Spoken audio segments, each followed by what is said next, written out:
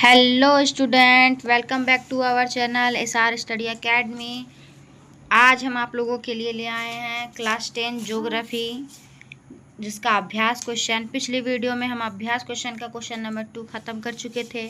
आज हम question number 3 की बात करते हैं और उसका आंसर देखते हैं। तो चलिए, क्वेश्चन नंबर 3 क्या बोलता है, देखिए क्या है क्वेश्चन नंबर 3। देखिए, निम्नलिखित प्रश्नों के उत्तर लगभग 120 शब्दों में दीजिए।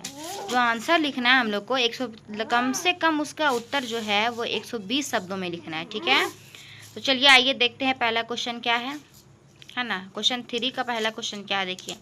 भारत में भूमि उपयोग प्रारूप का वर्णन करें। वर्ष 1960 से 61 से वन के अंतर्गत क्षेत्र में महत्वपूर्ण वृद्धि नहीं हुई, इसका क्या कारण है ना। तो एक टाइम लिमिट दिया हुआ है 1960 से 61 के बीच, है ना। तो वन के अंतर्गत क्षेत्र में महत्वपूर्ण वृद्धि नहीं हुई है, इसका क्या कारण है। चलिए आइए आंसर में देखते हैं। उत्तर, भारत में भू उपयोग प्रारूप भू उपयोग को निर्धारित करने वाले तत्वों, भौतिक कारक यथा भू आकृति, जलवायु और मृदा के प्रकार तथा मानवीय कारक जैसे जनसंख्या घनत्व, प्रौद्योगिकी क्षमता, सांस्कृतिक और परंपराएं आदि शामिल हैं। भारत का कुल भौगोलिक क्षेत्रफल 32.8 लाख किलोमीटर है, जिसमें 93% भाग के ही भू उपयोग के आंकड़े उपलब्ध हैं, क्योंकि पूर्वोत्तर प्रांतों में असम को छोड़कर अन्य प्रांतों के सूचित क्षेत्र के बारे में जानकारी उपलब्ध नहीं है ना। इसके अलावा जम्मू और कश्मीर में पाकिस्तान और चीन अधिकृत क्षेत्र के भूमि उपयोग का सर्वेक्षण भी नहीं हुआ है, ठीक है। इसका आंसर ये होगा, ठीक है। तो देखिए अब इसका क्वेश्चन नंबर 3 का 2 क्वेश्चन। वर्ष 1960 से 61 से वन के अंतर्गत क्षेत्र में महत्वपूर्ण वृद्धि नहीं हुई, इसका क्या कारण है ना। तो देखिए आंसर इसका, भारत में वनों के अधीन भूमि में अधिक वृद्धि न होने का मुख्य कारण देश की जनसंख्या में वृद्धि होना है। इसका मुख्य कारण क्या है, देश की जनसंख्या में वृद्धि होना है। वनों की अधिक लाभ के लिए कटाई जा रही है ना। अधिक लाभ के लिए वन की कटाई हो रही है, ठीक है। विभिन्न उद्योगों के विकास, कृषि कार्य एवं आवास के लिए वनों को काटा जाता रहा है।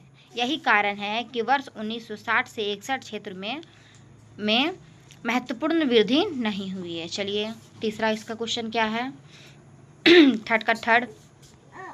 प्रौद्योगिकी और आर्थिक विकास के कारण संसाधनों का अधिक उपभोग कैसे हुआ है ना।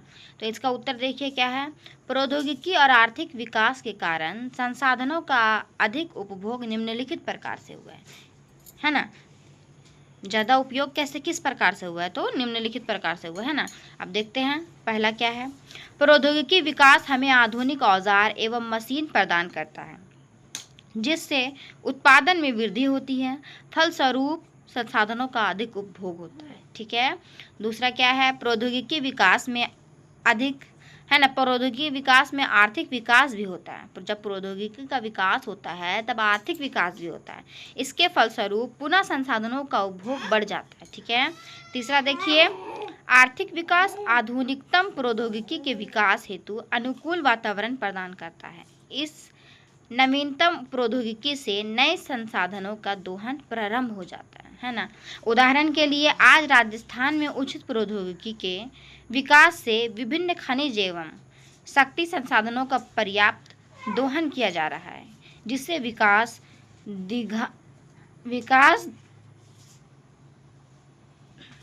क्या लिखा हुआ है, दिघाट से हो रहा है। अतः स्पष्ट है कि प्रौद्योगिकी आर्थिक विकास को गति प्रदान करता है, ठीक है।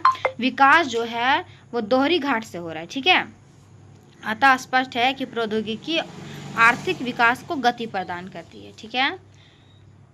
और आर्थिक विकास से संसाधनों का अधिक उपभोग होता है ना। आर्थिक विकास से क्या होता है, संसाधनों का अधिक उपभोग होता है। तो चलिए ख़त्म हो गया है, लास्ट 3 क्वेश्चन तक था।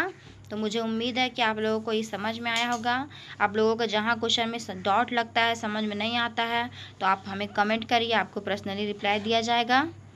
और हमारे चैनल को लाइक करिए, सब्सक्राइब करना ना भूलिए। बहुत कोई बच्चे ऐसे होते हैं चैनल में देख के चले जाते हैं और सब्सक्राइब नहीं करते हैं, तो आप सब्सक्राइब करना एकदम नहीं भूलिए, ठीक है। ओके, बाय बाय दोस्तों।